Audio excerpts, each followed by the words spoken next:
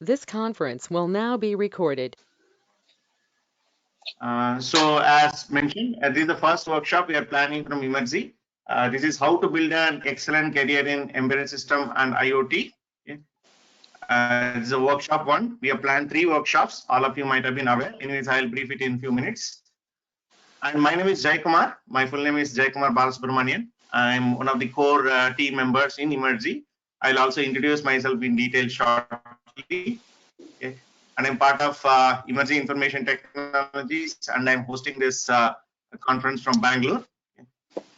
So Sanjay says there's a question from Sanjay. Do you have a question and answer session in the end? No, Sanjay, we'll be stopping in between. The idea is to answer as many questions as possible, not only run the slides, right? I'll be passing in between. You can put your question in your chat window so that I can answer them and then move on, right? The idea is to have more interaction than me running the slides, okay? So give me a few minutes. I'll run a few slides and pass for the next question and answer session, right?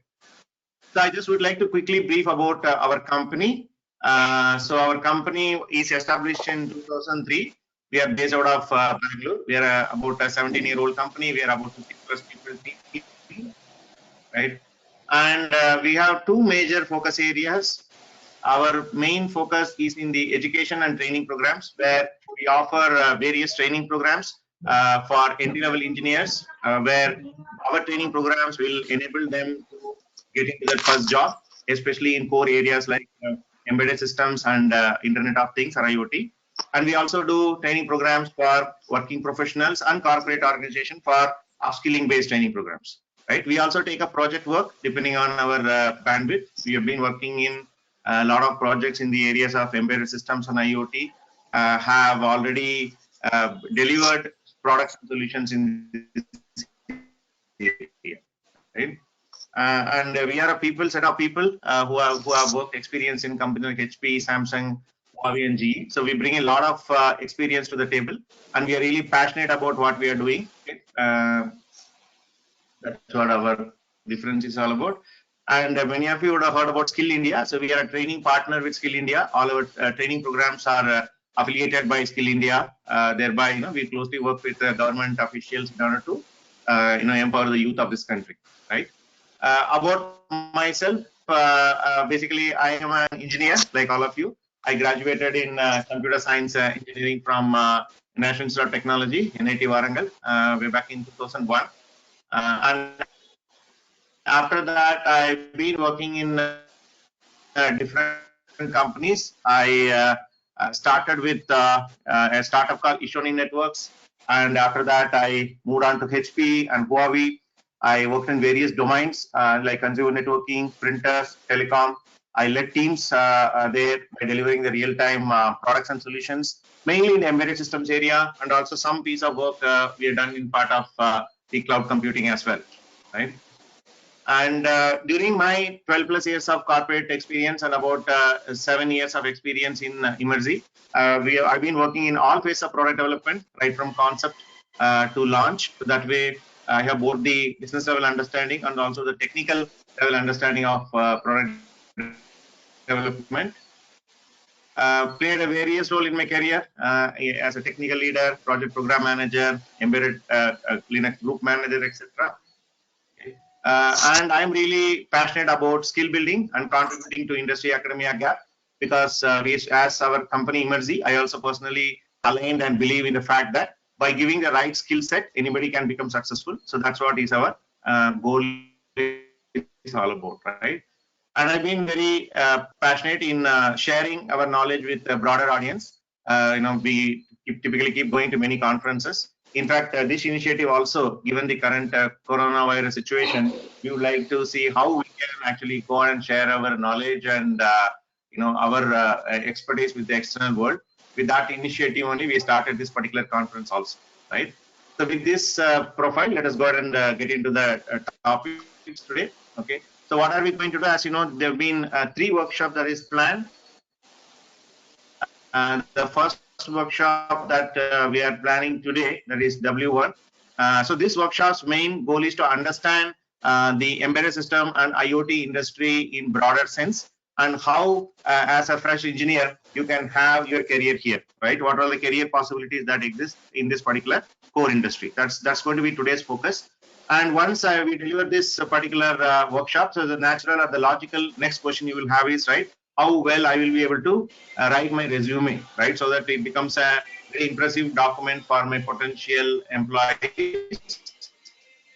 So that way, tomorrow's workshop is planned where we'll be talking about how to write a resume and how to make it impressive for your potential employers, and also what are the do's and don'ts that we need to follow while writing resumes, right? So we'll look into the topic tomorrow.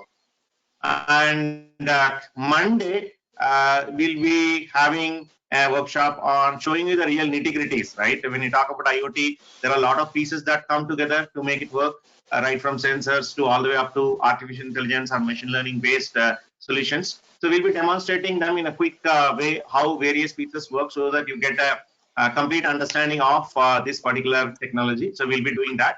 And every day, today, tomorrow, and also Monday, end of the class, we'll be running some quiz.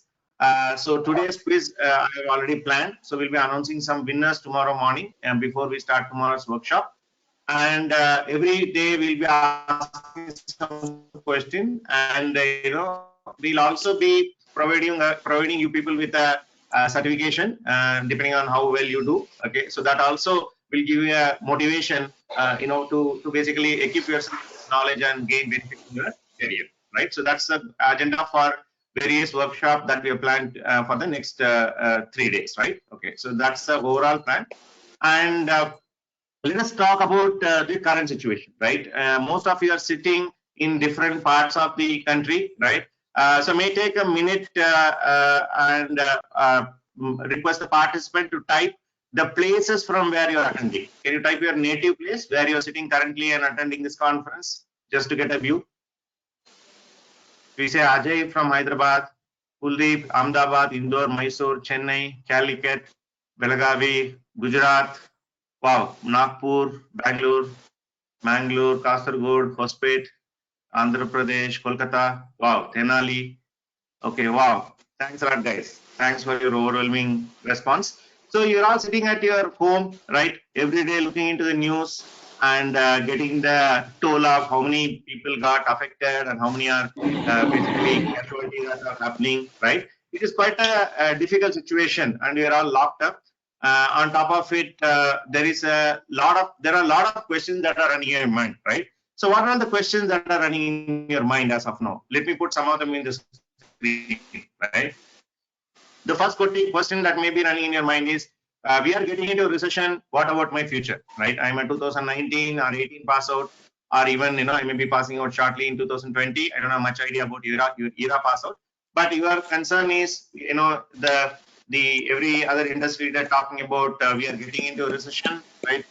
What about my future? Right?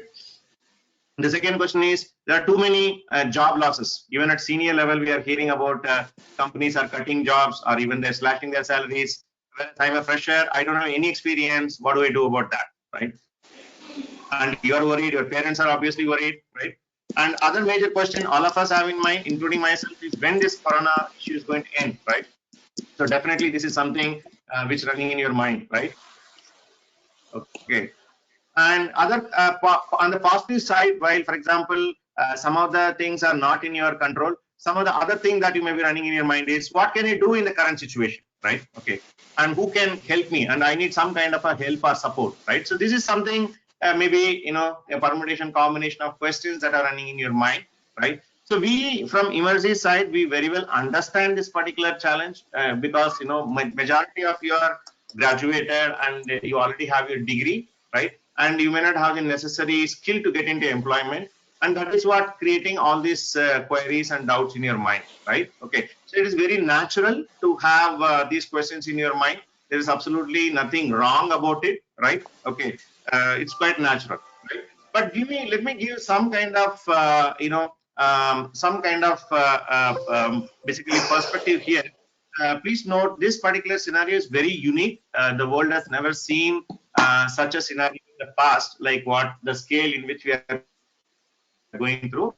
Having said that, the difficult times are not new, right? For example, let us look at the 2001 time frame, right? As I mentioned in my introduction, we passed out in 2001, right? When we just had in year 2000, when we were in third year of engineering, we all had our campus jobs and things are looking very good, right? But by the time we passed out around May, June time frame, the dot-com and the telecom bubble slowly started bursting, and the 9/11 attack happened in September, right? There are so many issues that it has created, right? For example, some of you will know, some of your cousins or some of your elders, they have been chasing this particular job called Y2K jobs, right? Year 2000 jobs, right? So they have been chasing these jobs, right? Majority of those jobs have vanished, right? So that was a negative side of the 2001, the 9/11 attack created, right? But on the contrary, if you see as many jobs that has been lost, right, while in the short term, it also opened up so many new possibilities. For example,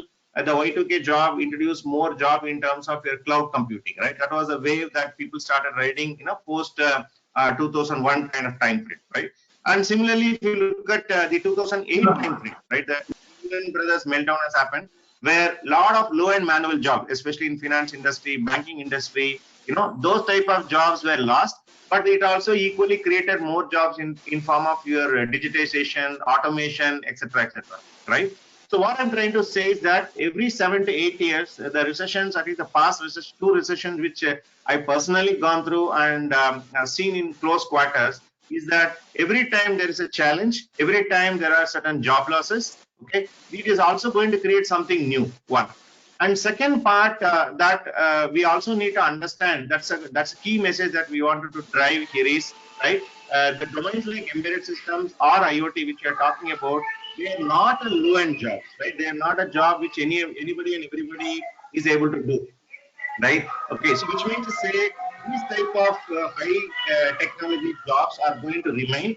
Maybe you might see some slowness in the short term as soon as the companies are turning, economics are turning. But please note, these jobs are here to stay. Because, for example, no company can stop today thinking about producing new devices or automating devices, etc. Right? Those things are here to stay. Right? I think some noise is coming. No. Just a minute. Somebody, yeah, I think it is. Okay. And the third point that currently we are in is 2020, the current coronavirus, right? We are, we are currently in a situation where we are waiting and watching, right? We do not know how the future is going to turn out, so we are not any great expert to predict how the economy is going to shape up after this. But all I'm trying to say is that, you don't need to get too much concerned about, what will happen. Yes, in the short term, there may be some issues, but the past two recessions have always taught us that, the tomorrow is going to be definitely better. And let me repeat, these high-end jobs, be it embedded, be it, IoT, or even for that matter, jobs like VLSI are going to basically stay. In fact, more jobs are going to come in the market, right? We'll talk about that as we move forward, right? So these are all the high-level perspective that I want to share here, right? There have been a couple of questions in the window. Let me just quickly check whether I can answer them. There was a question from Sarada. She says, I'm a 2019 MTech pass out in EEE. Is there any possibility for me to enter in the core industry? The answer is definitely yes, Sarada. That's what we are going to talk in this workshop, and also more in the workshop that are going to come, right? Please wait for some more time. More insights are coming on your way, right? And there was one more question. Let me just check quickly.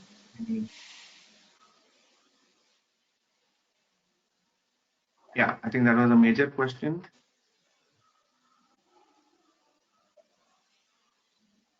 Right. So that's a major question. So let me just move on and present the other one, right? So as I was mentioning, why the embedded system and IoT jobs are here to stay, right? Okay. So if you look at the jobs landscape, right? If you look at the statistics that we have been seeing in the past, right? If you look at the embedded system market size, this I'm only talking about the Indian market, right? If you look at the Indian market, so you see various segments that are there. If you look at embedded, it has been it has been segmented into various things like consumer electronics, communication equipments, computer and peripherals, semiconductors, and others, right? So these are all the segments that are there. If you look at the majority of them are communication equipments, either in form of telecommunication, data communication, voice communication. So those are all the jobs that are largely available in India, right? I'm talking about the Indian embedded job market, right? So which is actually growing very well. You can see some numbers there in terms of how big it is in terms of 400 billion US dollars, right? That's a size of the market we're talking about. And it is also growing at a healthy rate, right? About 25% year on year, right? And maybe this growth rate, which was predicted some time back, might get slowed down because of the current scenario. But as I told you, it's more about getting a bit delayed rather than worrying about the future, right? Okay. So other parties, majority of the companies, if you look at today, even let us say industries like retail, in the subsequent slide I'll show you, right? It's going to spend a lot of their money in form of enabling them with digital solutions. So when I say digital solution, it's about automation, it's about having the embedded and IoT based solution. Because when they do that, they're going to benefit in terms of the productivity, their efficiency, and also improving the cost and improving the profitability, right? So it's going to definitely help these companies in terms of the numbers, right? And sir, I'm seeing quite a lot of questions. No issues. Please type the questions. I will probably run 2 more slides and I'll take some questions. Okay. Please keep the questions coming. No issues. Okay. So then you see, for example, more than 60% of the devices that we talk about, right, would require the smart embedded software, right? If you look at any device that we are talking about, people are talking about using the word called smart. It could be, for example, a smart street light, or it could be a smart automotive device, smart cars, or smartphones anyways already in the mainstream. So everything is getting more and more smarter, right? So in order to make things smarter, of course, the hardware needs to be good. That's where your VLSI and your chip design type of scenarios come into picture.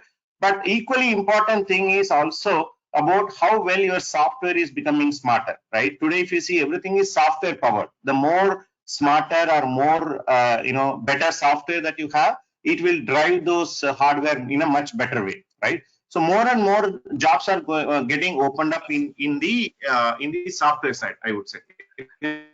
I'll come to that shortly, right? So if you look at the embedded system jobs alone, I'm talking about embedded system software jobs, right? There are roughly about 7 lakh jobs in the market. Okay, and please note, these 7 lakh jobs are not for anyone, everybody, as initially told. It requires people to have certain set of skills before they get into this particular segment, right? So that's the whole thing. Okay, that's what we are going to talk about, right? And also we talk about the global markets are getting increased, right? Okay, so these numbers we all taken from the market research, etc. Right? So when you talk about IoT or the Internet of Things job landscapes, this is a image from NASSCOM, which is a National Association for Software Services Companies. You can see some of the numbers which are put up there, in terms of the investment that are going in startups, right? In terms of the new verticals like manufacturing coming into IoT enabling, right? IoT startups, right? And when we looked into various scenarios, right? Job market, when we looked into various reports, right? So this is what we've seen, right? So demand for IoT talent has gone up by more than 300% in the last 3 years, right? If you look at.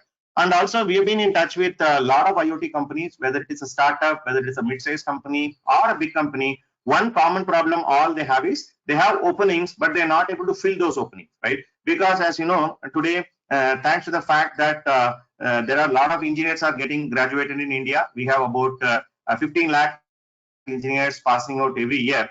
But how many of them are having employable skills, right? So all of you, when you graduate from your engineering, right, you are more having, I would say, knowledge, right? You studied some books, you have probably gone through some lab, you are in a knowledge zone, right? But what companies are requiring is a skilled people, right? What is the difference between knowledge and skill? I'll give a simple example. Like say, for example, a case of learning swimming, right?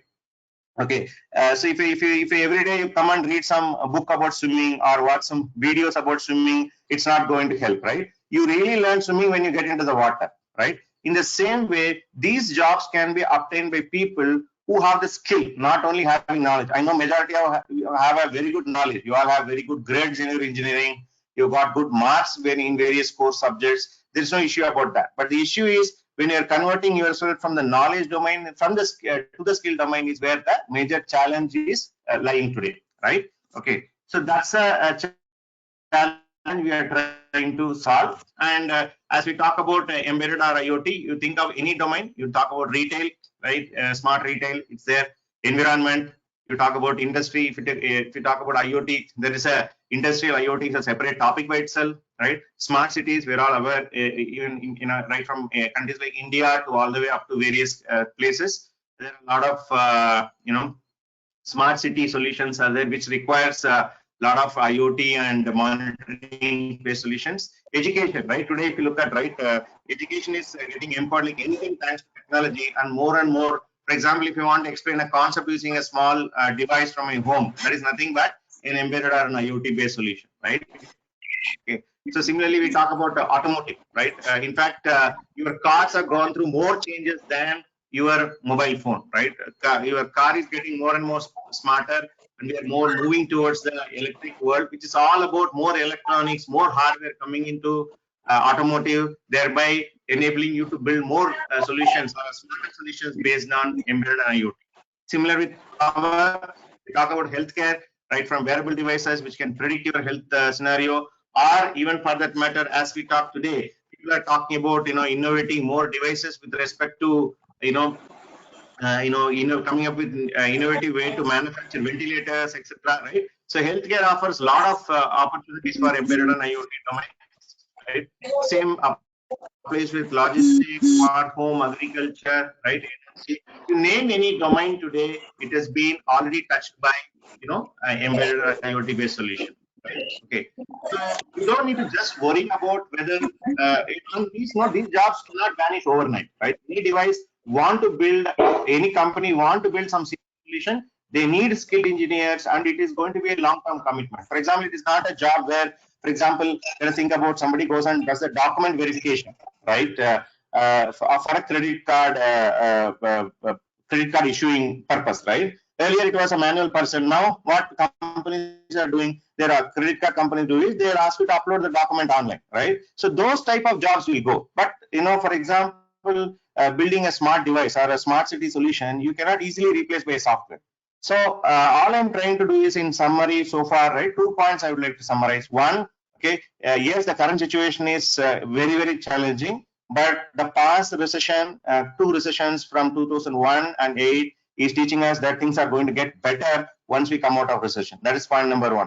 Point number 2, the embedded and IoT jobs are not going to go away, right? Maybe there may be a little bit of delay due to the current circumstances, but these are all not low-end jobs which may get washed out overnight, like how a financial processing job or a BPO type of jobs, getting eroded, right? So those are the 2 major takeaways so far in the presentation. Okay, so let me pause for a few minutes and take some questions. I could see a lot of questions here. I think there was a question about quiz in the initial one of the messages. Sorry, I missed your name. So I already have a quiz link. I'll open up in the end of the session, right? You can take up the quiz answers and submit it. I will evaluate the answers by today's second half and announce the winner before we start the session tomorrow. Okay, so I could see a lot of questions. Let me take one by one. Sir, there is a guy, Ajay Kumar. Ajay asked, right, sir, my BTech pass out is 2006. Is there any problem for me? See, Ajay, we are the people who believe in the fact that your skills are more important than your year of pass out or even your academic percentage, right? Because good number of companies have realized that your academic marks, suppose somebody comes and tells the company that I scored 75 marks in engineering, and another person comes and tells I scored 65 marks in engineering, 65% in engineering, they all know that it doesn't make much sense for them. That's because they cannot make their recruiting decision based on that. Okay, so I would suggest, rather than getting concerned about your year of pass out, you can focus on improving your skills, and definitely there is a possibility that you can get into a core job, right? In fact, in our institution, we had tons of people. I would even say there are students who come from 2014, 13, and even 11. Okay, they also got into good roles by improving their skills, right? I would say skill is going to be the differentiator here, right? There is a question from Abhijit. Same thing. I'm a 2016 pass out with 1 year of coding experience in PHP. What are my good chances? What are my chances of getting into a good company after training? Right, Abhijit, there's a very good possibility, right?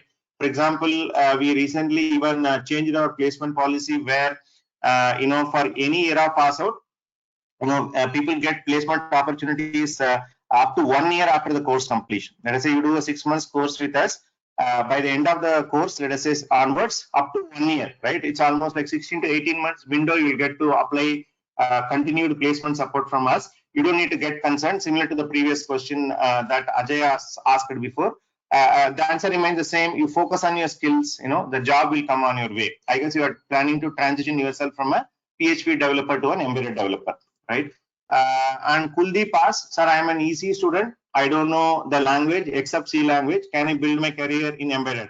Kuldeep, I would say your C programming knowledge itself is the most important skill when it comes to embedded systems. In fact, more than 70% of the embedded systems are programmed using C only, and remaining some portions are programmed using C++, right? But the important part here is you need to know the C programming in depth, right? It's not about how you learn in academics. Let us say you learn about some loops or arrays or functions, and then say, the C programming is done. Or even for that matter, somebody asks you some question about pointers. We tend to say pointers in C is out of syllabus, right? That's what in typically college graduates say, right? So you need to know this very well. And on top of it, you also need to build about some good number of projects, which I will talk about in my subsequent slides, right? Okay, so definitely with C language, you can build your career in embedded. Okay? Sir, my engineering pass out is in 2020, and this question is from Vishnu. So much interested in embedded, sir, can I join? Yes, surely. I will share the contact detail from our office, right, in the end of the presentation. Some of you are already interacting with my colleague. Her name is Smita. I will introduce her. You can get in touch with her. Okay. And there's a question from Aman. Aman says, I am from 2017 pass out from ENC. What is the most important skill to get a core job in embedded system, right? That's a good question, Aman, right? Aman is more based on the previous question. I think he's framing this. So I would say two pieces, right? One, you need to be very good in your fundamental skills or foundation skills. Again, if you give me a few minutes, I'll go to the subsequent slide and explain. Okay, that is something which you need to be really good at. Okay, and second one is about your domain skills. The domain skills can be embedded or IoT. Don't focus on both. If you focus in one area, definitely you can get into a good job, right? I'll talk about it, Aman. Just hold on for a few minutes, right? Okay. So there is a question from Saujanya. She says, nowadays, which course is best, embedded or VLSI? So I will not say which one is best, Saujanya. It depends on your interest. But if you look at the number of jobs perspective, the embedded system jobs are more than VLSI jobs, because once somebody builds the hardware, okay, you require more people to write the software, right from the bootloader, right from the operating system bring up onto application development, right? I would say you can actually make the right choice based on that, whichever suits best for you. On the contrary, your VLSI also getting a lot of opportunities these days, thanks to machine learning and artificial intelligence, where good number of the computing power are getting pushed into the hardware, right? I was in conversation with a colleague who was from NVIDIA. He was telling, right, NVIDIA is making chipsets using the VLSI technologies to power next generation artificial intelligence solutions, right? So that is also good domain. Okay, there is also good possibilities, but the number of jobs will be less in VLSI. Okay, so I would suggest you can make your decision based on your interest, right? Okay. There's a Bharani. I have 2+ years experience in software testing and component testing and in system testing. What is your opinion in embedded system field? Okay, whether I consider as a fresher, right? Bharani, yes. When you are making a domain shift, I think in the previously also folks spoke about PHP development, etc. When you are planning to make a career switch, the companies, especially the placement companies who have been hiring from us, it depends on them. Some of them give some weightage to the previous experience. For example, you talk about 2-year experience in component testing. Some companies may equalize into a 6 months embedded experience or 1 year embedded experience. It would depend on the company. But if you ask me, largely they would consider you as a fresh engineer, and then they will see how you can basically grow from there. Okay. So I would say it depends on the company. Largely, you'll be considered as a fresher. Okay. Sir, I am 2020 pass out. What things I have to learn before joining embedded training, right? So you don't need to learn anything, Satish. I will talk about our programs also shortly. As long as you are sincere in doing the assignments and projects, what we have been asking you to do, definitely you can do that. You don't need to prepare and come. You can come and prepare. Okay. Sir, I am Babar Darshan. Sir, I am 2020 pass out ECE. Is it a good decision to join embedded field? Absolutely yes, Babar. As I already told you, your embedded system is offering very good career possibilities, right? I'll speak more in the subsequent slide also. It is a very good domain where you can not only look at it as a 2-year, 3-year job, right? You can look at it as a 25-year, 30-year, where you can completely build your career based on this domain, right? And hello, there is sir. Aman. Hello, sir. Subhajyoti speaking. And there is just a minute, guys. So there is a question from. Hello, sir. Subhajyoti speaking. Yes. Sorry. Hello.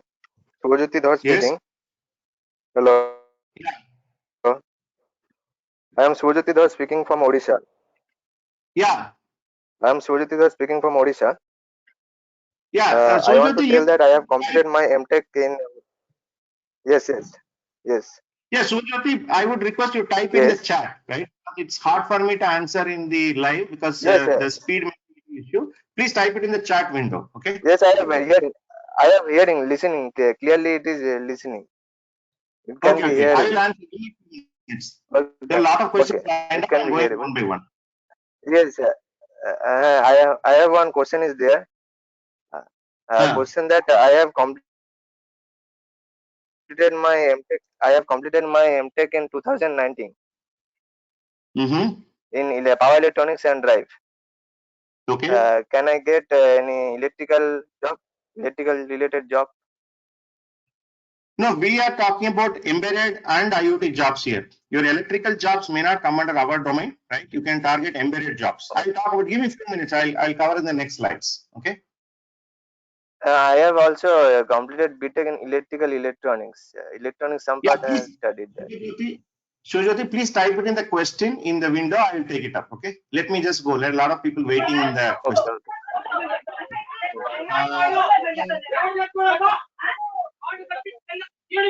Guys,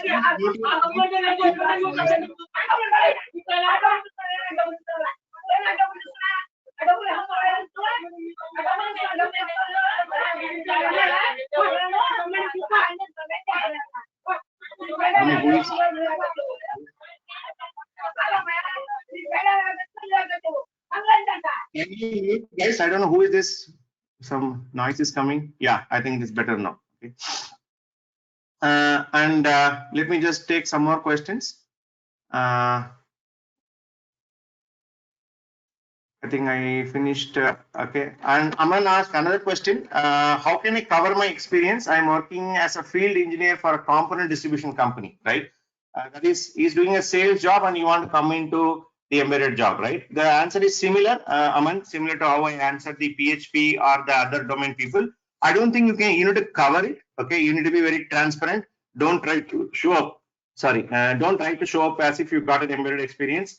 So you build your skill set and then openly tell your interviewer that, I've been working in this domain, but I am planning for this domain switch, right? Which they will actually appreciate, right? Because you made a sincere attempt to change your domain and they will take care, right? You don't need to cover up your experience, I would say, right? Then there is a Muhammad Ibrahim asked a question. I'm an EC student. I'm a fresher. Any job opportunity in your company? We don't hire people, Ibrahim. We only provide courses for people to get into jobs, right? Our hiring process is very different, right? Ram says, I am 2014 passed out, but I have 4+ years experience in different domain. Is it possible to switch my career in embedded? Yes, Ram, possible. I already answered for many people in the beginning, right? Again, Amit asked a question. I'm passing out in 2020. How much time will it take to upskill myself in embedded systems? So I would say at least you need to be willing to spend about 6 months time to upskill yourself, right? That's what I would say. 2019 pass out, Bhakti Khan will correct us. I'm a 2019 pass out with ECE. I have completed 6 months training program in embedded system domain. How to approach for an embedded system job, right? There are a lot of options available. Bhakti, I will cover it up in the subsequent slides, right? So then Kurra Hemant Kumar says, sir, I completed my BTech. I wanted to MTech. So tell me which group is best for my future. So I would suggest Kurra, rather than looking into MTech as an additional qualification, see to it that you focus on the skill aspect of it, right? Because MTech will give you degree, but it may or may not give you a job, because we see a lot of MTech students, they remain in the same zone after their MTech also, right? Okay, so rather I would suggest you can take up a job and then you can parallelly also consider doing your MTech, right? So what are the prerequisites required for learning embedded and IoT? As I told you, good in the foundational understanding or the concept which you learned in your engineering, and any decent understanding of any one programming language, preferably in C programming, should be good enough for you, Uday, to get started, right? Same thing, Makesh also asking what is the basic this thing, right? Amit asked, right, how many projects should we work on before we can start applying for a job, right? I'll cover it in my slides again. At least I would say you need to have at least 4 to 5 decent number of decent quality projects in your resume, so that you can impress the potential employer, right? I'm in third year right now. Which platform should I focus for IoT? Ayush, I'll give you some tips in the skill set metrics. You can focus based on that. What is the salary scale for embedded engineer as fresher? There's a question from admin. Again, that's a very interesting question. I was wondering why that question has not come. So based on our experience, right, the salary levels are purely based on the skills. For example, based on our understanding, the salary level can anywhere start from 2.5 lakhs per annum to all the way up to 16 lakhs per annum, right, for a fresher in embedded domain. It purely depends on how skilled you are. Let me repeat, it is not about your academic percentage. It is not about your percentage. It's about your how well skilled you are, right? Kishan says, I'm a second year engineering student. How can I better start to learn about embedded system and IoT projects? So Kishan, I'll point you to few links in the end of the slides. We have tons of resources available with us, using which you can start learning on your own, right? Ajit says, will it be difficult for me to switch my career from automobile to embedded, right? Automobile is again a mechanical job to embedded. I would say it will be a little challenging for you to shift, Ajit, because mechanical is altogether a different domain and embedded is a very different domain, right? It will be really difficult because a lot of technicalities you may need to basically pick up, right? So that's all. I think still quite a lot of questions. My God. Okay. I think we may run out of time. I need to pause here, guys. Okay. Let me at least save the chat log into some location. I'll try to at least answer in some other way. Okay. Let me proceed. Otherwise, we may not be able to complete the slides for today. Okay. I apologize because we are kind of running short of time. I'll proceed and I'll come back to you. Or rather, we can give you some other ways where we can, answer your queries, right? Okay. So let us talk about what are the career possibilities, right? Okay. Many of you have these questions about what is a core job, what is a hardware job, etc. Right? Okay. So let me clarify what type of jobs. So at a high level, let us say embedded and IoT jobs are there. We'll categorize them. Let us say one categorization, obviously all of you will know, it is a hardware job. In fact, there is a question from one of you about the VLSI. All the jobs related to VLSI design, chip design, board design come into picture, right? Then the second type of jobs are nothing but the software jobs. So that is what we talk about, the embedded software. Again, software can be divided into two pieces. One, what you call the application software, which again, you people call it as IT jobs. That's what I see the engineers are getting into, right? Then the other one is the core job, which is nothing but the system software job, right? So I would like to call out here, as I mentioned a few minutes back, right? The number of jobs in software in India is the higher than hardware, right? Because we all have other countries, for example, if you look at Taiwan or China, or even for that matter Japan, they're very good in hardware, right? In fact, thanks to the fact that they rode the electronics wave before us, right? These countries are far ahead and they have far more smarter hardware engineers than what they have in India, right? I'm not underestimating the Indian talent. I'm telling you from an overall numbers perspective, right? For example, let us say 2 jobs are getting created in hardware, right? I would say at least 7 to 8 jobs will get created in the software, right? Again, the software, you have 2 pieces, right? One is a system software, and it's a course, rather app software. So we are talking, so whenever we say we are talking about embedded systems or we talk about IoT, right? We talk about the system software only, right? Because application software, as you know, it's about mobile application development or IT software, banking software kind of thing, right? So we talk about the system software, which we discussed, right? So under that, there are a lot of roles available. For example, some of the roles could be design engineer, development engineer, test engineer, integration engineer, field application engineer, etc. Right? So these roles are available under the system software, right? And these jobs can be in any domains that we discussed. For example, depending on the company that you are going to work, right? You can be in automotive, retail, healthcare, manufacturing, or consumer electronics, right? So your role can be something like this. You can be a system software engineer performing a role of a design engineer in a manufacturing company, right? Or it can be a development engineer in an automotive company, right? Or it can be an integration engineer in the consumer electronics, right? So when you are looking into the job, right, always I would suggest look into them as a permutation and combination of your role versus domain, right? That way, you know, people perform different set of roles in different companies, right? So that's how your jobs are getting shaped up. That's what we are talking about, right? So this is a landscape, job landscape we're talking about. So if the ones which is in pink square, the one which I described, that's where I mentioned about 7 lakh jobs are available in the market as per the market report which I shared a few slides back. Okay. So this is the career possibilities which you can have and grow in the same technical domain for 30 years, 35 years. As I told, it's not a short-term things. You'll have ample number of opportunities here. Okay. Now let us talk about importance of skill building, right? In the few minutes back, I mentioned that majority of you are in the knowledge domain, right? You want to transition yourself into the skill domain. So when you are trying to do this, having the right skill is the most important part, right? When I say about skill, how do I go about it, right? So here I would like to give a very high level transition journey when it comes to our example, right? So what is the first step, right? The first step you need to do is you need to be really good in foundational skills. Okay. So when I say foundational skills, it's like, for example, before you learn about trigonometry, you need to be good in multiplication and division, right? In the same way, before you go and do anything else, any technology for that matter, you need to be good in foundations, right? Okay. So let us say, let us talk about when I say foundational skills, it includes, let us say, algorithms, problem solving, right? And also building logic on your own, right? So these are all the optimization. So these are all the foundational skills that you learn, right? Irrespective of the domain that you're going to do, right?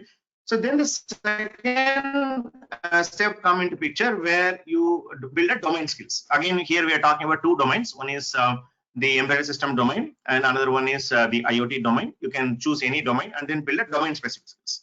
Then the third step would be basically talk about projects, right? It's not only if you go and tell an employer, I have these skills. You know, I can come and tell tomorrow that I know Japanese language, or I can come and tell I know how to speak Portuguese language, right? So unless or otherwise I am able to speak, you are not going to believe me, right? Same thing, companies want, it is not that you claim that you know a particular skill, they also want a proof that you actually did it, right? So that's where projects come into picture, where you need to showcase those projects, right?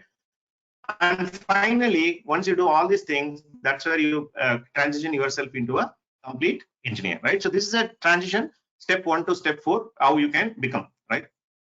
Now let us talk about the specific skills. Okay, let us talk about the embedded domain skill set as such, right? So we call it as a T model. So T model, when you say, for example, you know, we have this particular model called the horizontal and vertical lines, 2 lines you can see. So the horizontal line is more about getting to know about programming, hardware, OS, peripherals, interfacing, application, porting, right? You know something about everything, right? If somebody comes and tells me what are all the parts of your body, you can come and tell head and hand and leg, etc., right? So that's about getting exposure. But that is not the important aspect. So you need to take one area and go deep into it. Like, for example, I am for example, a child specialist, or I am an eye doctor, right? You become a specialization. That's you will be able to get only when you get into practical hands-on learning. That's in the electronics and embedded area, right? With the skill set looks something like this. You start with understanding of basic Linux, right? And then you learn about advanced C programming. As I told, only one programming language, which is you learn it very well. That is more than enough, right? That is C programming. And having a C++ programming would be an additional advantage, right? Data structures and algorithm, which is again, I would say, one of the very important foundational skill that anybody should have, right? And followed by that microcontroller. Any microcontroller you can select. In our case, we use PIC-based microcontroller. And Linux internals and TCP/IP networking for basically an OS-based embedded system development, right? And embedded Linux on ARM, any ARM-based platform. So this is I would say, a really good skill set, along with Qt programming, which is the recent one, is a good enough skill set. So this is the left-hand side, right, where I claim that I know these skills, right? But is it enough? No, right? Your resume should speak about it, right? That's what we are going to see tomorrow anyways, right? So you need to showcase this complete embedded system skill set involving your problem solving or your foundational skills. I would say 4 to 5, but we would really recommend you build on 7 to 8 projects, right? Representing all these tools and platforms and integrated development environment, mainly the open source based software and tools. If you can represent this in your resume, right? Tell me which company will not give you a job, right? Whether you are a 2016, 18, 20, whether your academic percentage is 60, 70, doesn't matter, right? Just see this particular slide. If we imagine you have the skill set like this and you have a resume like this, okay, you will be a grab, I'll tell you, okay? In fact, a good number of companies, when they say they struggle to hire, they struggle to hire because of this particular challenge only. They're not getting the skilled people, right? In the same way, I would like to pause and cover a little bit about IoT, okay? Give me a second, guys.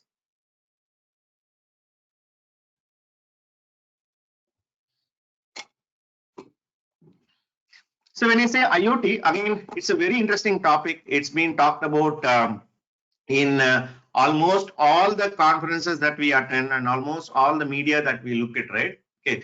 In a way, IoT is a very broad and very big topic. And I would say IoT, if you wanted to relate, right, in your childhood, you would have heard about 6 blind men and trying to explain an elephant, right? Elephant is so big. 6 blind men are holding different parts of the elephant. One holding onto the leg, and then he says, the elephant looks like a pillar, right? Because he's holding onto the leg.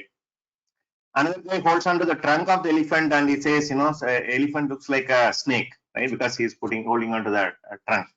Another guy holds onto the tail of the elephant and says, no, it looks like a small snake, right?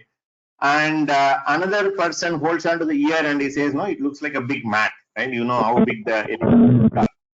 So IoT has become a scenario where, depending on how somebody looks into it, right, they describe in their own way, right?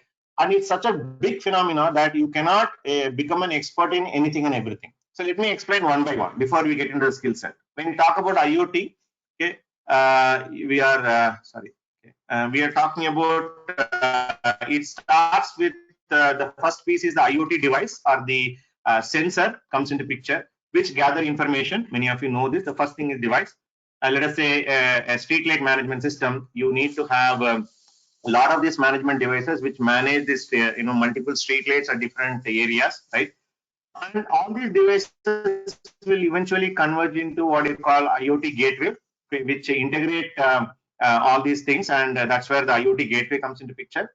And this gateway, using your networking or your internet, right? That's the third piece. It will transmit the information to your cloud. right? That's where your IoT cloud or IoT platform comes to picture. Then finally, the application that you are using, right? This can be a mobile application. This can be an artificial intelligence or a machine learning based application, right?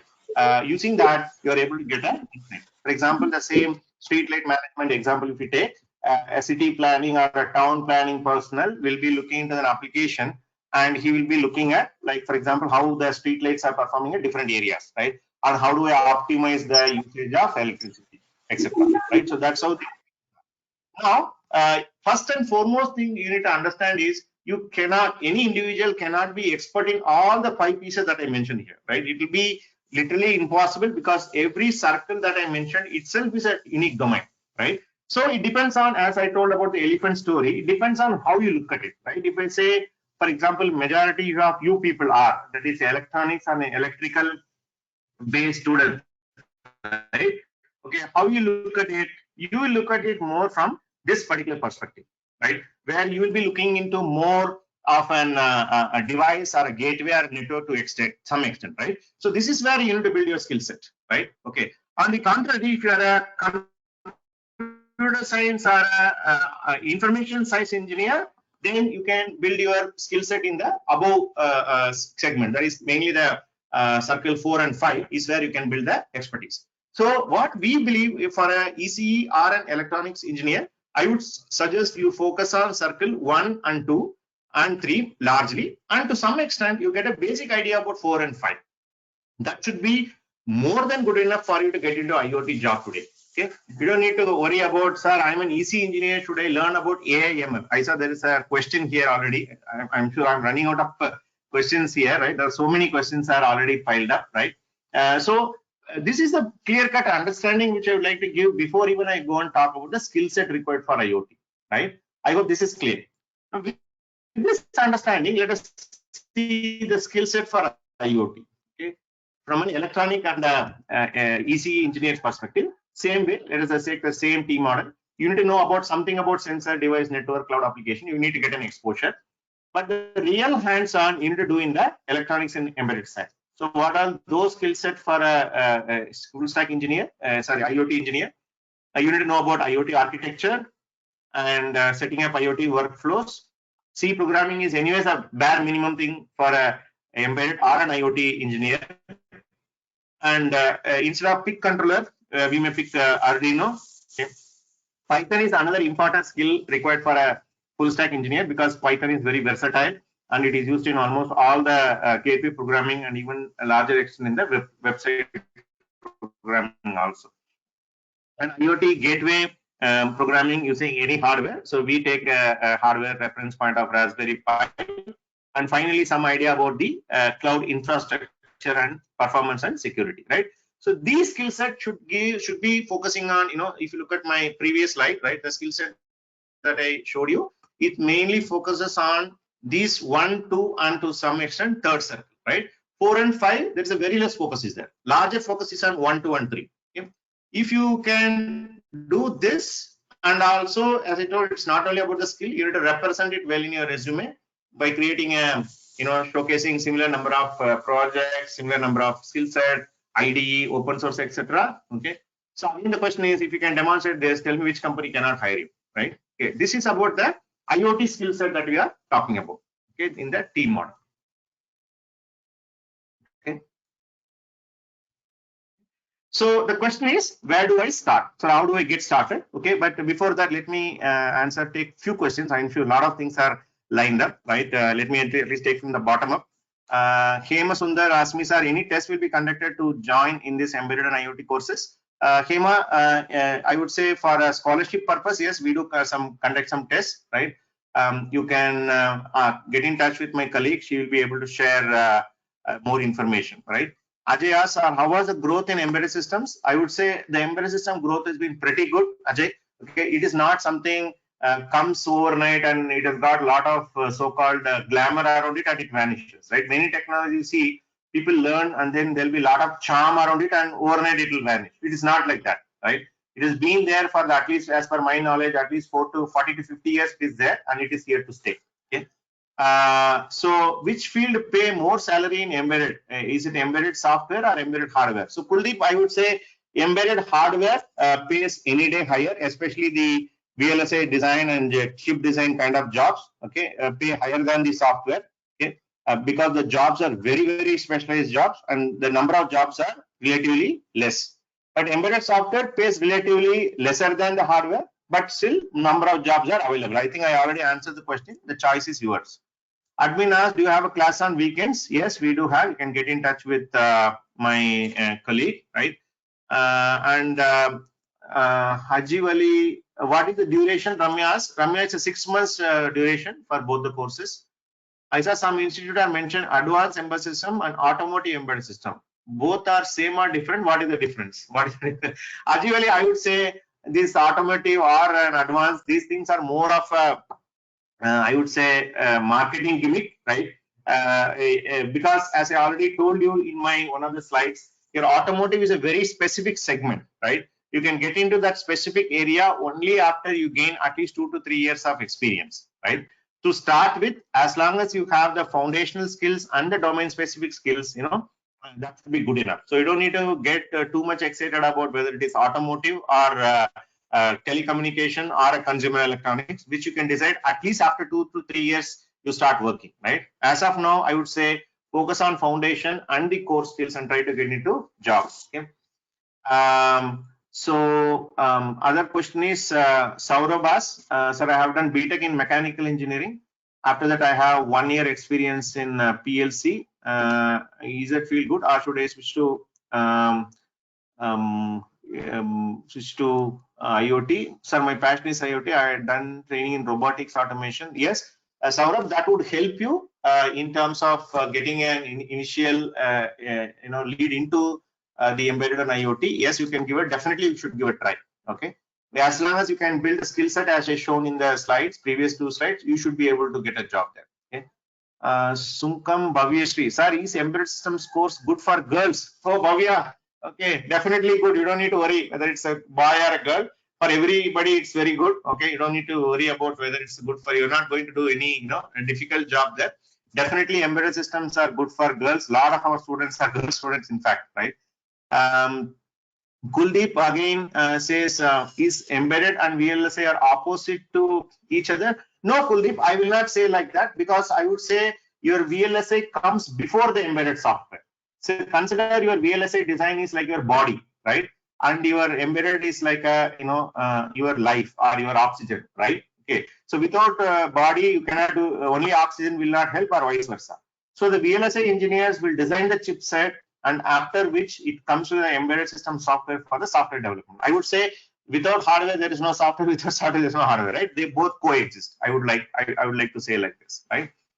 And Amit asked, what are the maximum embedded job opportunities available in India? As I already mentioned, there are about 7 lakh jobs. That's what the market research report says, only in the embedded software side. Okay. Finally, send the fee details of your institute, Satish. You can check with my colleague. Okay, I will share her contact details shortly. She will share all the details, right?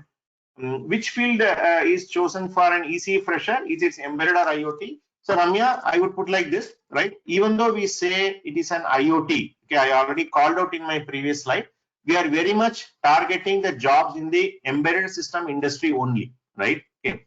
I would say our course is more of an embedded IoT course rather than saying generic IoT course, right? Whether you take an embedded system course or an IoT course, you are going to basically target a similar job in the embedded system domain jobs only, right?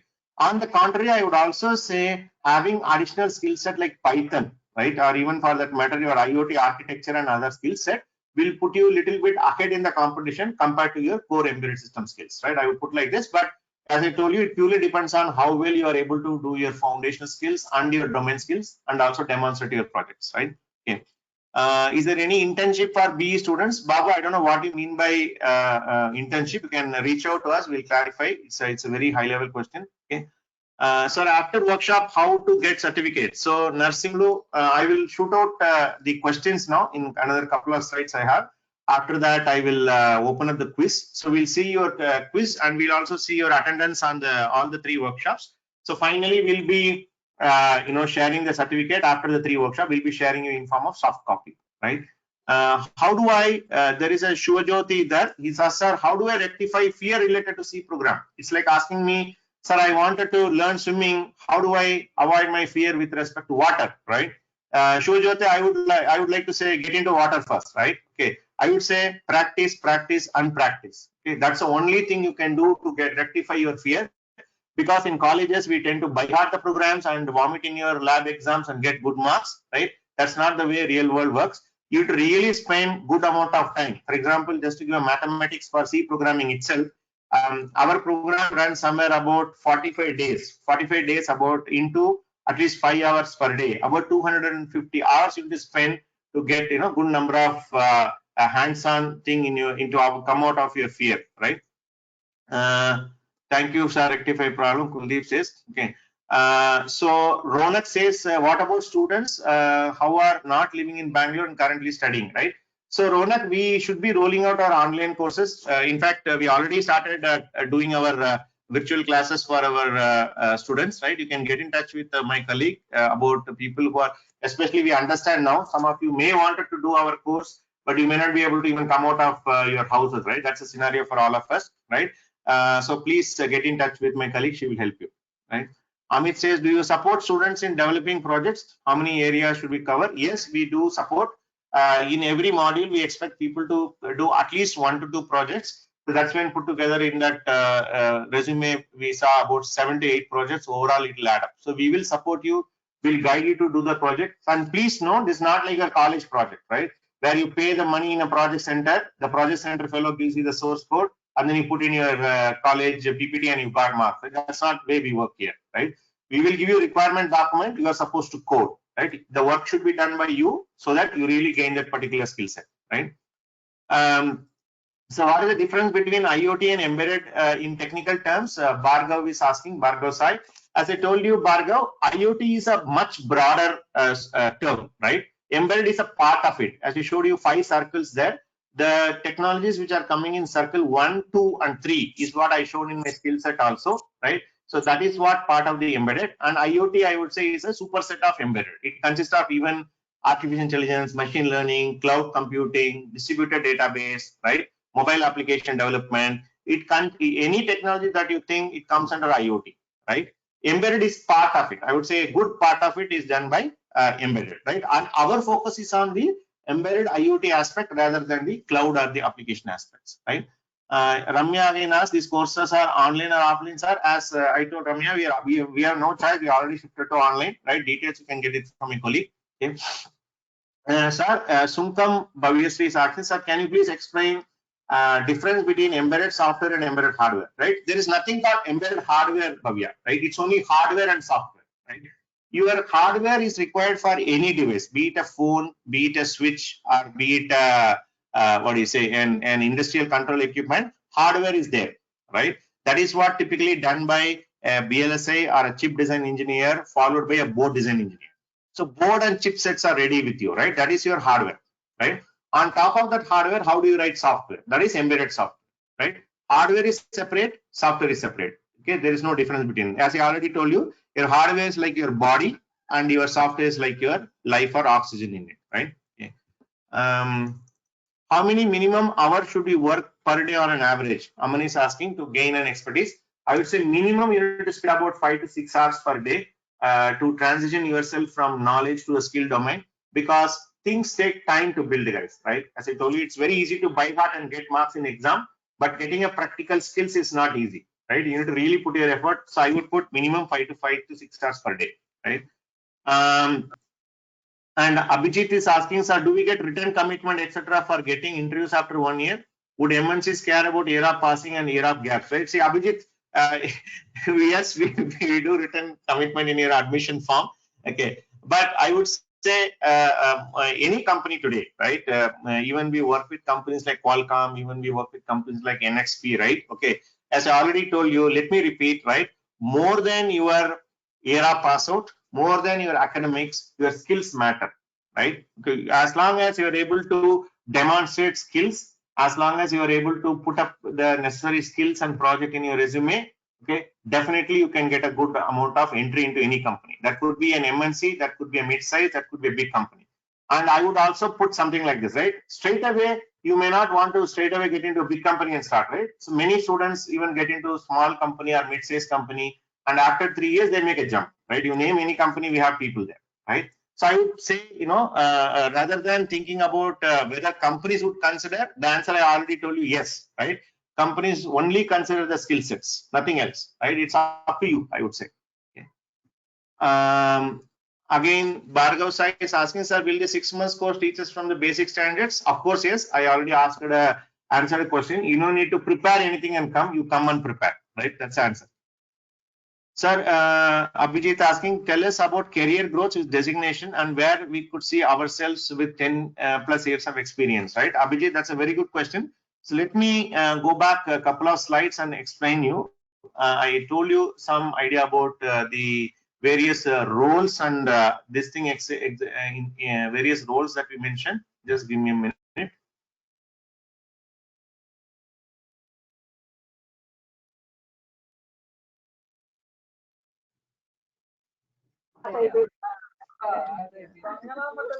Yeah, let me skill set, right? So when we talk about development, design engineer, or any role that you get into, right? Okay, every role that I mentioned here, be it a design engineer, be it a development engineer, test engineer, integration engineer, field engineer, right? Everything has got a long-term career path here. For example, you can grow in only in design space after 10 years and become an expert in design specifically for a healthcare segment, right? Or you can become a development engineer, a specialist for an automotive software, right? You can be a test engineer. After 10 years, you can become a test expert in the consumer electronics, right? So please note, I'm not talking about designations here because designations will change from company to company. Some company will give you R&D engineer designation. Some company will say firmware engineer. Some company will give you software engineer. Some company will say member technical staff. So what you put in your visiting card, right? I don't think we should be worried about that, right? Rather, it's like something like somebody comes and tells, I'm a cricket player, right? That's a very generic term. Are you a batsman? Are you a bowler? Are you all-rounder, right? With math, are you a test player? Are you a T20 player? Are you a one-day player, right? It's something like this, right? So rather than looking into the designation, you see what is the role that you are going to do, whatever I shown here. And after 10 plus years of experience, you can become an expert in any one of the permutation combination you mentioned, right? That itself should put you in a very high trajectory career path of it. Very good question. Okay. Ajit says, how many projects should you work on to get a good job in a core company? I already told you 78, at least minimum target 4 to 5 to get into a decent entry, right? Abhijit asked, are many say that once we are above 45, pure IT companies tend to lay off highly paid staff. What about this case on embedded system, right? It's again a very interesting question, right? See, you need to understand why people above 45 years are getting laid off, right? Okay. The reason is people stop learning, right? Okay. They got into a job, they had some skills, they got into a job, but after 5 years, 10 years, 15 years, they stop learning. So what happens after 25 years, right? Let us say you enter a company at the age of 21 and 22, and by the time you are 45, you have about 20 plus years of experience, right? Okay. And you are already highly paid, but your skill sets are not relevant with the market. That's the reason why companies lay off people, right? Especially the senior level layoff. Even if you see, layoff always happens at senior level because the salary level is also very high, right?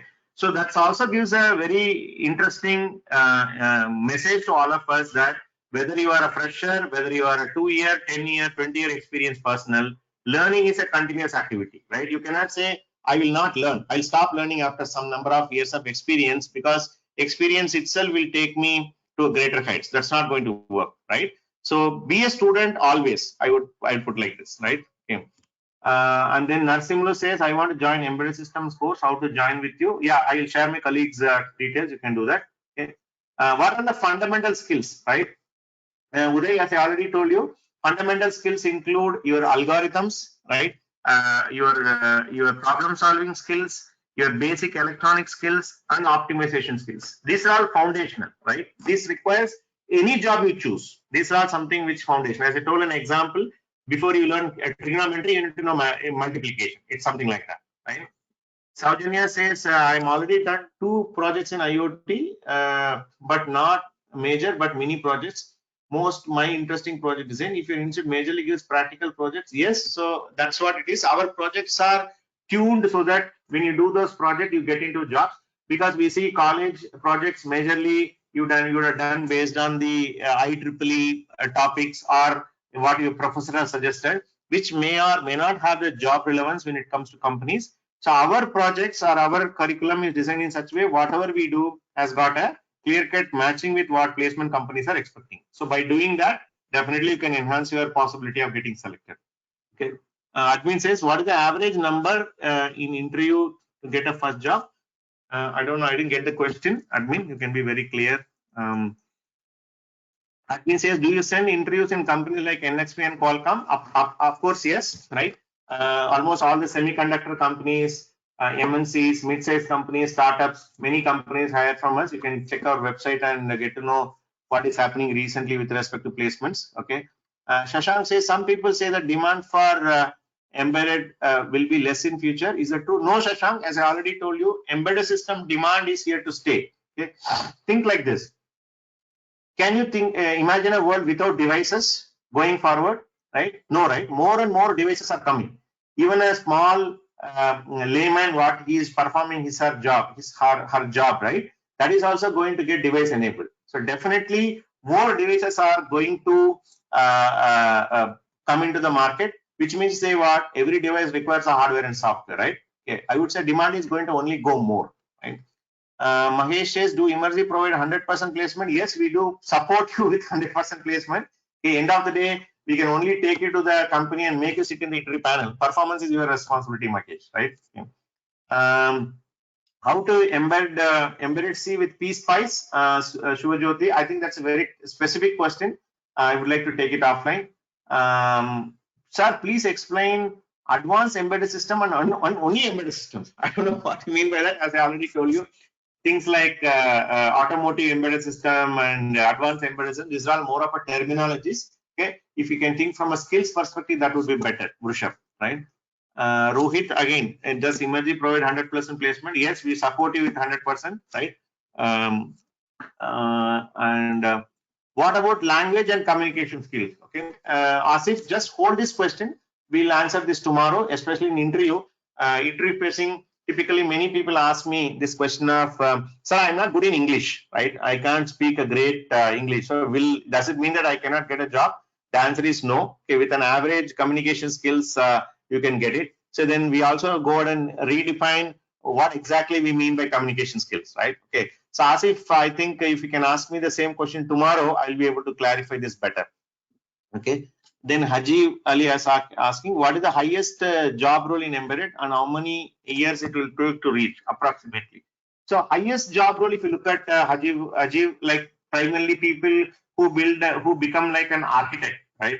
Or a principal architect, what you call, who build a complete product architecture from from a end-to-end perspective is what the highest you can reach. Some company will call it as a terms like principal engineer or a principal architect or a distinguished architect. They give different names, right? That's a highest thing that you can do. The number of years to take, it purely depends on your performance. I have seen people who reach pinnacle of their career in their 12-14 years of experience, and some remain as junior engineers for a long period of time. It depends on how well you perform in your role. But if you ask me, anywhere it takes about 15 years to reach there. Okay. Again, the same question. Okay, sir, are the jobs related to chip design available in India? Madhukar is asking. Yes, Madhukar, definitely it is available. If you look at majority of the semiconductors like Intel, AMD, right, Broadcom, they do offer chip design based jobs.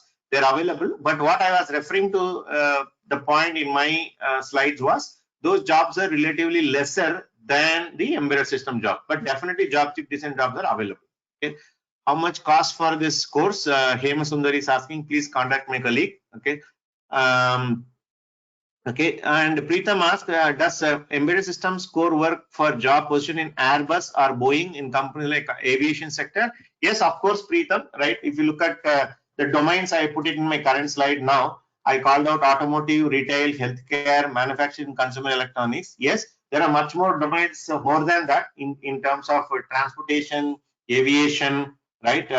Even the new areas that are coming up, even education is getting enabled with embedded systems, right? Definitely, for example, company like Altron, right, which is one of the major aerospace companies, right? Even if you hear companies like Collins Aerospace or AK Aerotech, they all are pretty much an embedded company which require embedded system skills, right? Okay. Project is a must or not to join the embedded system course? Ramya asked, right? It is not a must, Ramya. You first join and build projects. I would put like this. Kuldeep asked, highest package to embedded engineer. I already clarified. It starts the highest we have seen going as much as up to 16 lakhs for a fresher, right? We have seen those cases also. Admin says, what is the training procedure at Emersi? Please get in touch with my colleague about the course methodologies, how the lab works, how the class works, how the placement system works, etc. They will be able to clarify better. Preetham again asked, sir, does embedded systems have scope in aviation domain? Can you have demand in that field if you are an embedded system engineer? Yes, Preetham, already I clarified you. Okay, aviation or even for that matter transportation. Take an example of any metro train, right? Okay, the amount of embedded system that goes into any building a metro train is something mind blowing, right? Transportation is something very important segment. Even if you look at cities like Bangalore, I'm not sure whether you are aware, we have something like this small electric vehicle, right, called Yulu, right, where you can check out on any place and you can travel within the city, right? Some of you heard about the Yulu bike, guys? At least the people from Bangalore. Can I hear some answers? Yulu bikes? Yes, yeah, Bhargav, yeah, many yeses you see, right? So and more things are getting electrical enabled. So electrical enabled means what, right? Including right from aviation to train to bikes to even a small personalized vehicle. It is going to get more and more electrical enabled, more and more electronics enabled, sorry, right? Which means to say demands is going to be there also, okay? Aman is asking the third workshop, what will be covered? So Aman, third workshop, whatever I'm talking about in terms of the skills and the outcome, whatever we are showing in terms of the IoT, right? So it will be shown to you in the workshop. Okay? You will see a real use case getting demonstrated in the third workshop. Okay. Sriraj asked, do you provide programming skills training required for embedded system jobs? Of course, yes. As I already told, the C programming is the most important skill with respect to embedded. We give a lot of stress on that. Apart from that, depending on the course, we focus on C++ and Python also, right? So that's the thing. And other part is, Sarada Lakshmi asks, how do we get hands-on training by virtual classes? Very good question, Sarada. Okay, again, it's a challenge for an embedded system engineer to learn things virtually. Okay, the challenge if you're a web developer, you can write your code and see the output in your browser itself, right? It's very easy. But for a embedded engineer, he or she need the hardware, right? Okay. So what our mentoring team has been working on is that they found out some very interesting online software simulators which will exactly replicate the hardware that you are going to use. So you can use that particular virtual training model. In fact, I don't know whether you've heard. There is a lot of initiative taken by combination of all IITs called virtual labs who are trying to promote this, right? Our mentors have studied those frameworks and eventually they're working out a model where our courses, when you talk about our online course, it will be based on those simulators so that you can install and try. And of course, if you want to buy a hardware, you can try in that also. The source code will work in the, whichever one works in the simulator will work in the real hardware also, right? Okay, so yeah, very good question. Ajivali is asking, is there any government jobs in embedded or only in private sector? If there is a government sector, how to get it, right? So Hajivali, if you look at government sector, predominantly we see organization like DRDO, ISRO, BEL, BHEL, HAL, okay, and even if you look at companies like BHEL, so they all have embedded system jobs, right? But I'm not sure about the number of jobs available because we mainly deal with private jobs. Okay. In terms of the recruitment process for government job, I don't know. I think there is a open written test that is getting conducted across India. Based on that, they shortlist. That's what I understand. I'm not sure. but those are all the organizations that you can keep a tab off to get into embedded jobs in. In fact, a good number of our students, they get into the DRDO type of organizations as an apprentice or a trainee, and later they get observed depending on the performance. We've seen those such cases also. Government also, especially with the more investments coming in the defense sector, those, and also in the space technologies, it is going to open up more jobs there. Okay. Hamish Winnie says, "Sir, I didn't get answer to my question. I'm sorry, Hamish Winnie. There are a lot of questions which gone in the top, right? Maybe you can post it once again. I'll try to answer, right?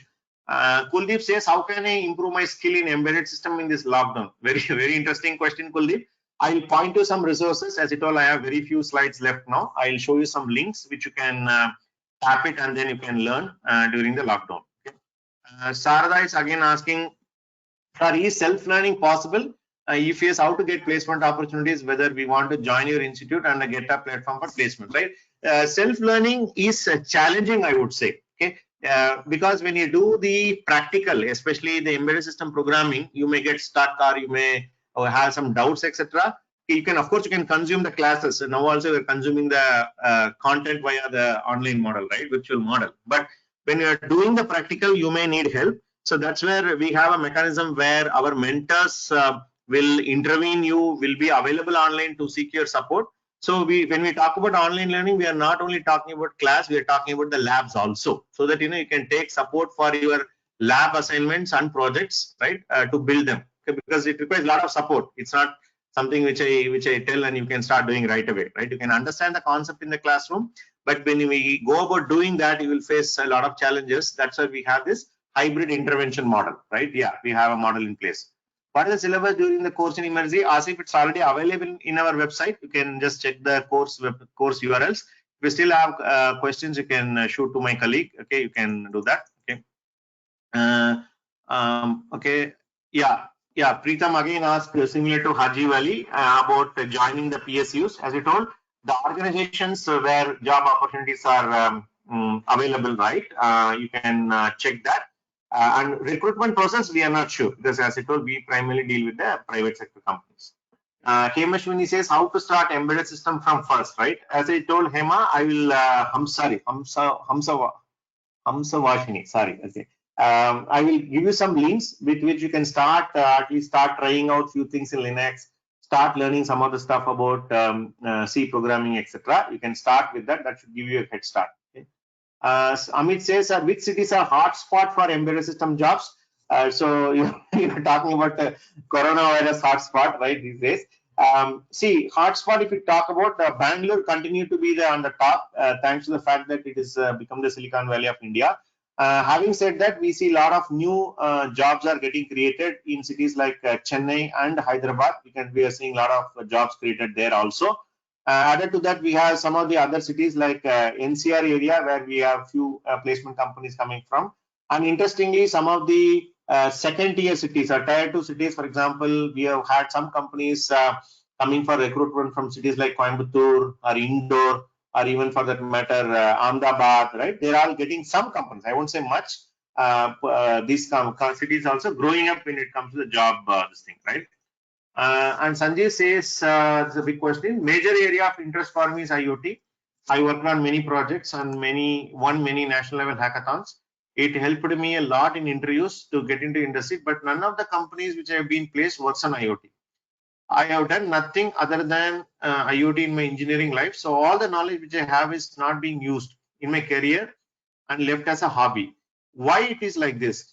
We have companies which work on cloud computing, AL, ML, etc. But why it is hard to find a company which purely works on IoT, or why do such companies don't come for college campus recruitment in general? Wow, that's a very interesting question, Sanjay. So let me answer you. Okay. See, majority when you talk about IoT, I assuming that it is on the embedded side of IoT, more like sensors and embedded and the IoT gateway aspect of embedded, right? That's my assumption. Okay, you can correct me if I'm wrong. Okay, so if you look at majority of these companies, right, based on our understanding, they're all startups, right? Because they have an innovative idea. For example, I will tell you a very simple example. we have a company which is coming up with a wearable device for dogs. Okay, we've been hearing wearable device for human beings, right? Okay, so there's a small wearable device which will be tied to a neck of the dog so that you can monitor the dog about its health parameter, etc. Right? So these type of companies cannot do not have the brand name, like a big brand name, like probably a Intel or any other company, so that they can go to popular campuses. A. Okay. B. Even if they hire any such people, right? They need to put a lot of investment upfront to train them. Okay, so that's the reason why they primarily hire from institute like us, right, where we train the people in IoT and give it to us.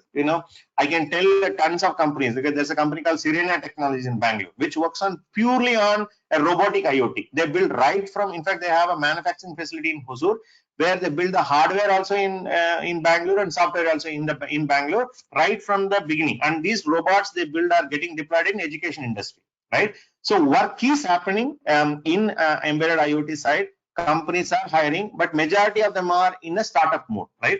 If you look at the big companies, they run IoT as a part of their team, because still it is a niche area. They're trying to experiment and they're trying to basically see the viability of some of their ideas. So that could be the reason why you are not seeing majority of the companies are not doing an IoT work. But based on the ground level information what we have, in fact, I also lead the placements team in Emerzi. Based on that, I can confidently say that a lot of work is happening in the embedded IoT side. Okay. Ramya is telling any one of the programming we must learn, sir. Okay, no, nothing. You don't need to learn anything, Ramya. You can just come and join the course. We'll take care of the skilling part completely. Okay. How important is Python programming to gain expertise in IoT? Ajit says, okay, it is very important. As I told you, you need to learn one programming language. In the embedded side is C. Similarly, for IoT, you need to learn Python, because Python is very versatile. It gives you a lot of libraries and packages using which you can basically, develop your IoT solutions faster. Okay. That's Kuldeep here. He says, is there effect on placement due to COVID-19? Absolutely, yes, Kuldeep. Okay. All our recruitment companies are on hold. In fact, we need to understand that even the interview panel member is a human being. Okay. They don't want to take any risk. Okay. So we definitely see an effect in the short term. Okay. Because of the current circumstances. But we see that it is a short-term pain. Once things resume, we expect things to get better at it. Yes, current situation, yes, it's all on hold now. Okay. Do you have any branches in Hyderabad? No, Bhavya. We are based out of Bangalore only. Okay. Again, Haji Ali is asking, sir, give some basic topics to learn ourselves in this quarantine period. It will be useful when the batch starts. Sure, Haji Ali, give me some time. I will share the links. Right. And then I am 2000 series waiting for a name. There's somebody who says I'm 2016 batch pass out. I completed my MBA, did marketing for job for 7 months, but I want to switch to embedded career. I'm good in C, Java, Python. Is it good for me? Is it really give me a good career in future? My God, you're all over the place, Mr. Waiting for name. Okay, please shoot out a mail. I want to talk to you, or we want to counsel you properly. Because you done ECE and then you went to MBA, did marketing, and you're selling, see, we want people with the specific skills, right? Okay. Again, there is a mindset that I want to learn 10 programming languages. Okay, C, C++, Java, Python, blah, blah, blah. Okay, you don't need to learn many. Learn only one language, learn it very well. Okay, that's a message for all of you. Okay, know C programming, know it thoroughly. Okay, that should be the thing. Ajay says, sir, embedded system jobs are less in Hyderabad compared to Bangalore. It is correct or not? Yes, that's correct. Okay. Compared to Bangalore, Hyderabad number of embedded jobs are less. That is purely due to the company's presence and the way how the cities have grown at different point in time. Okay. So Sharda is asking, sir, increasing aptitude skills is necessary to get into the core job. See, Sharda, I spoke about the foundational skills, right? When you say problem solving skills and aptitude skills are similar, right? At the end of the day, whether you are doing an embedded system job or you are talking about an IoT job, end of the day you are solving a problem for a customer, which requires nothing but aptitude skills, right? So aptitude, that's the reason why you may be wondering why companies are asking for an aptitude test. Why do they need to test your aptitude for an embedded system job? Okay, the reason is they want to check your problem solving skills, right? Okay, so aptitude skills are necessary. In case if you're not putting your efforts, right, use this quarantine period and go and practice your aptitude. There are tons of aptitude materials are available online. You guys are more smarter and more aware than me, right?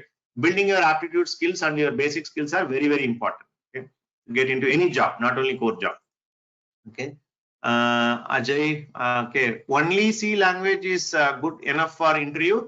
As I told Hamza, basically C language is a foundation, right? That will put you into the, if you see the, whatever the other skill metrics, if you can see the slide, right?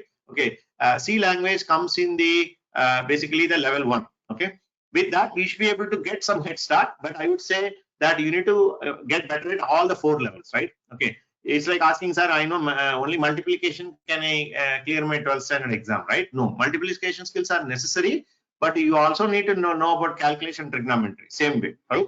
So I would suggest take this 4-step approach, which is there in the current slide. Okay, then you can basically get a better career possibility, right? So what do you expect from students pursuing the course at Immersi? Admin is asking.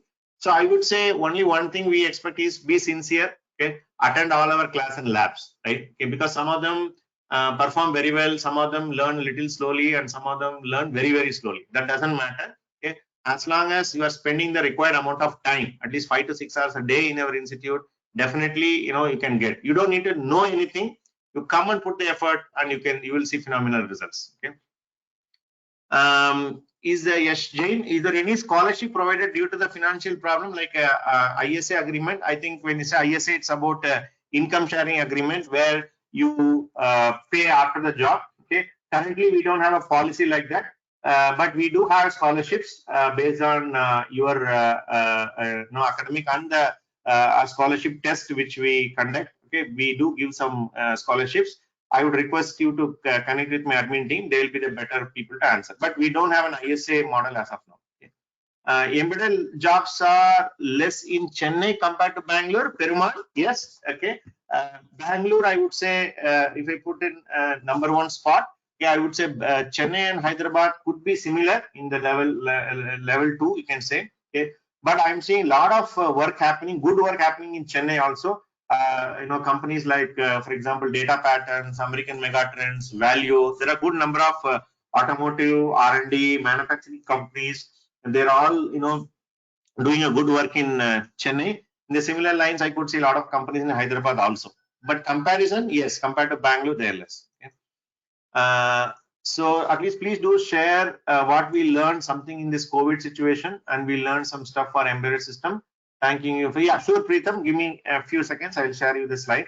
Okay. So again, Ramya asked, any interview process or any selection test joined before the embedded courses? Okay.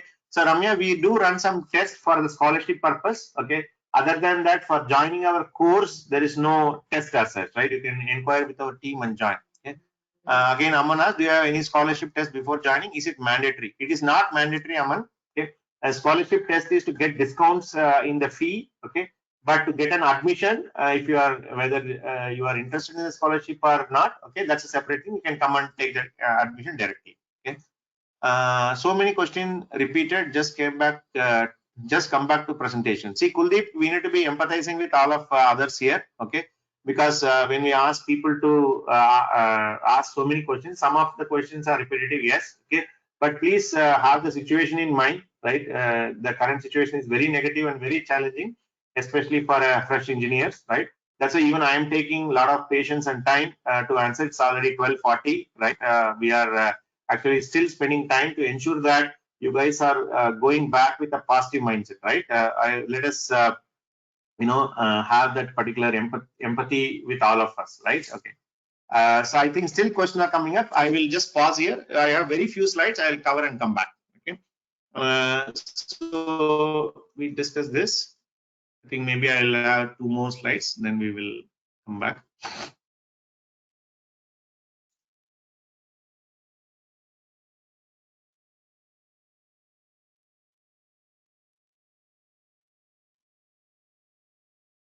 Okay. So yeah, the question which you've been asking, right? How do I start, right? the first step I would suggest is, start with learning Linux, right? Because Linux is one operating system which is highly used in all the embedded system that you can think of. Having any Linux related skills will be very mandatory along with programming skills, right? That would be your first step you should be doing. I'll be pointing out to some resources, right? Then second one is learn one programming language very well, right? For an embedded system engineer, I would suggest learn the C programming very well. Okay, that itself will put you more than enough skills. Okay, learn it very well. That's the second one, right? Third thing which I mentioned about build 3 to 4 projects at least in the quarantine time, which will help you to refresh your resume with better skill sets, right? Okay. And fourth one is create an impressive resume, which is what we are going to see tomorrow, right? Okay, so that's where to start. Okay, so now how we can help, right? Okay, that's the many questions came in the direction, right? The first step that we have taken today is to create the awareness workshop, right? To get you guys started with what is this industry is all about, and answer as many queries as possible, right? And tomorrow we'll be doing the resume building and share you with templates and some of the do's and don'ts and tips and tricks using which you can build a impressive resume, right? And third one, we are doing a demo workshop. That's the third workshop, right? This is to get you guys started, right? Okay. And we have this technical resource library. Let me just open the browser and then share you. Just a minute. So if you go to our website, Immerzi.com, anyway, the link is there in that website. This is very important for people who are asked where do we get started. Okay.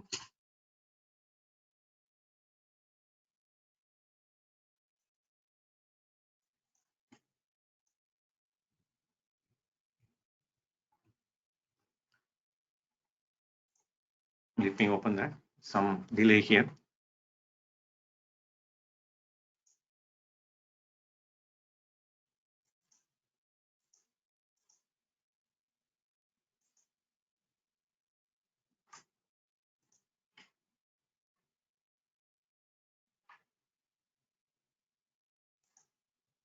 There's some issue with my browser.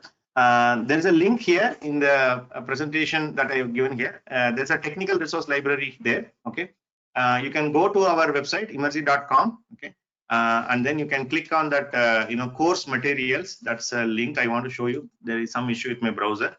You can click there and then it will open up all the materials with respect to Linux, C programming, Linux and all. So I would say you guys can start with the course or the material called Linux systems. Okay, Linux systems, okay, and C programming. If you can do these two subjects, I would say, and etc. When I say this, you need to spend significant amount of time there. Okay, you're not going to go through the slides and then you can just keep it like a college exam, right? There are a lot of practical examples, assignments, everything is there. You can go through that. And I also given our YouTube channel link where we have some videos available by our assignment explainer, etc. Okay, let me just see whether it opens up. No, the browser is still hanging. Okay, so you can go through that. Okay, and wherever you have still queries and questions, you can just let us know. Okay, we will get back to you. Okay, okay. And this is the contact details of my colleague. Okay, you can just take a note or you can look into it later, right? It is training at Immerzi, and Smita is my colleague. Her number is available in the slide. Okay, you can contact her. I think she's already in touch with many of you in sharing the schedule, etc. You can get in touch with her to clarify, or if you have any questions which I couldn't answer today or you have in mind, you can send it to this training at Immerzi. We will take a look at it and answer all your questions. Okay. So with that note, I will come to another interesting part, which is nothing but the quiz. Okay. I will be sharing a link in our chat window. You can click that particular link. It will open up a Google Sheet. Okay. I'll try to keep it open for next hour or so. You can submit your answers. Okay. And then I will evaluate today second half. Okay. And then we'll announce the winners tomorrow. Okay. So let me share you the link.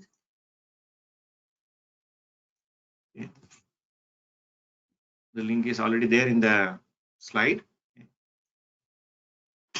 So this is a link. You can just click. It will simple this thing, right? I'll keep it open for next 45 minutes or so. It's 12:47 now. I will keep it open, and then later we'll announce the results tomorrow. Okay. So that's pretty much what we had for today, guys. Can I take a few minutes and get your feedback? How was the session today? Okay. Any feedback? Okay. Nirupama, it's already link is already shared. Okay. If you want, still you can send a mail to us. Okay. Thank you, Akshay, Aman. It was good. Sunkam. And tomorrow we'll start at the same time. Okay. About resume preparation. If you have any questions or doubts, the email ID is already shared with you. Okay. If required, the quiz link also I will ask my colleague to share with you via an email. If required, we can keep it open for some more time also. Okay. So do you have another series of session in future? Yes, we are planning some more because we could accommodate only a bit. A good number of them could not get seat in today's workshop because it was already running full. We'll be running some more sessions in the future. So in case some of your friends who wanted to attend but couldn't make it today, we can plan future sessions also. Okay. Yes, she's saying it is definitely worth it. Thank you. Ajit says good. I got all positive vibes by attending your sessions, Bhargav. Bhargav, that's the only goal, right? In this such situations, what we can do, right? Only help out each other, right? Shashank says it was informative. Kema is saying helpful. Ramya says useful section, sir. It's worth it, sir. It was joyful for me to interact with you. Same here, Sanket. Nikhil says it will be great if you can got your mail ID. Nikhil, I can share, but my mail ID will be flooded. No need to worry. Just shoot a mail to training@emergy. Okay, we'll ensure that it is answered. Eventually, my team might route to me, or some specific question might be routed to our technical expert. We'll answer each and every question. Don't worry about that. Okay. Once again, send the link. Here is the link. Here is the link for the question. Okay. Yeah, Preetham already shared. Okay. Saujanya. Okay. Any other yeah, worthful session? Abhijit says eagerly waiting for the next classes. Yeah, thank you, Abhijit. Same here. Even though we're not seen face to face, it's been a great pleasure to interact with all of you. Okay. I would expect more active participation from you in terms of quiz because that's important for me. Yeah, you can wait for any time today. As I told, some of them not getting the link. Okay, we'll WhatsApp you otherwise. Okay, we'll WhatsApp you the link to all of you. Okay, or email you. I'll keep it open for more time. Don't worry. Okay, it is a link. Okay, you can click and take the quiz. Okay. So with that note, I would like to close the session. I know it has taken almost 2 hours for us. But as I told you, it's worth it. It's important for us to support each other in these difficult times and clarify as many questions as possible. So in case your question is not answered, I apologize because some questions just went in between. I couldn't handle so many because I also need to cover what I plan to cover today. If you have still question, we can still get back to you in terms of do that. Okay, I really appreciate the session because of tough. There is a time constraint. Yes, Sanjay. You had patience. Yeah, thanks, Sanjay. Thanks for your words. There are a lot of IoT work happening. Please shoot out a mail. We'll share you some links also. Okay. All right, guys. So thank you very much for joining today. See you tomorrow, 11 o'clock. Okay. It has been a pleasure interacting with you, all of you. Okay. Take care. Stay safe. Okay. Stay safe. Take care of your. Take care of yourself and take care of your family. Okay.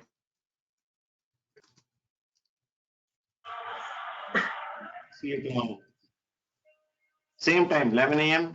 Okay. Links are slightly different for tomorrow. You can anyways check the mail and join tomorrow. All right. All right. Yeah. Thanks, Harsha.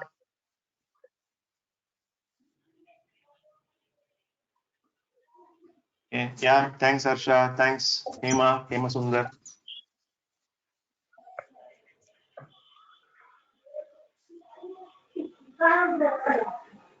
Yeah. Have a great day, Saujanya. You too.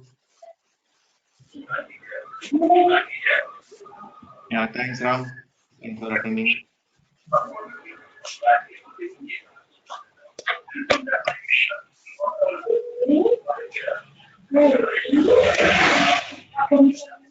Yeah. Satya Prakash.